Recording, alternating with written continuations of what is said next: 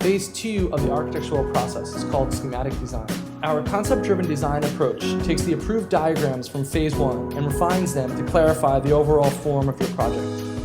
The easy-to-understand diagrams are brought into a formal composition, bringing the concept and programming to life. The schematic design process will shape your home's overall form while simultaneously developing a workable set of floor plans. These drawings will start to define room sizes and include locations of significant amenities and utilities. At the same time, the exterior elevations of the project are being developed, with material selections and door and window placements to help produce a detailed rendering of your residence. The deliverable of this phase are a series of simple diagrams that will reintroduce you to our proposed solution and further explain the massing and aesthetics.